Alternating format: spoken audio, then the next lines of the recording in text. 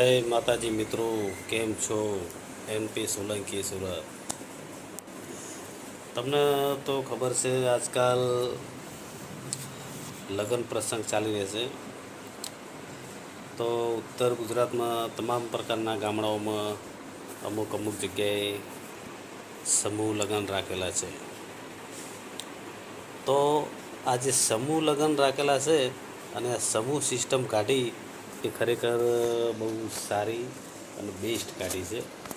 કારણ કે બે પક્ષો માટે બહુ સારામાં સારું છે.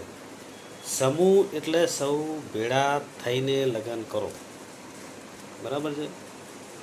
ના કોઈ મહેમાન પરુણાની ઝંઝટ, ના કોઈ ખાવા પીવાની ઝંઝટ, ના કોઈને એકબીજાને ભાઈ ચાલો કે ઓલો રહી ગયો છે કે પેલો હા કે તે કોઈ મગજમારી વગરનું, બરાબર.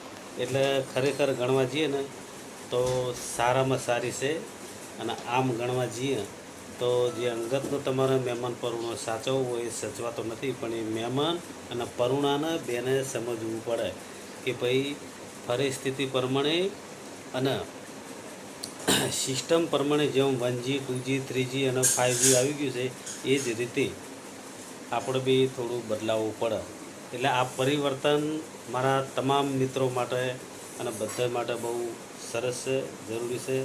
તો સમૂહ લગ્ન જેવા થતા હોય એમાં તમે સપોર્ટ કરો અને દિવસે ને દિવસે નવા સુધારા લાવતા જાઓ.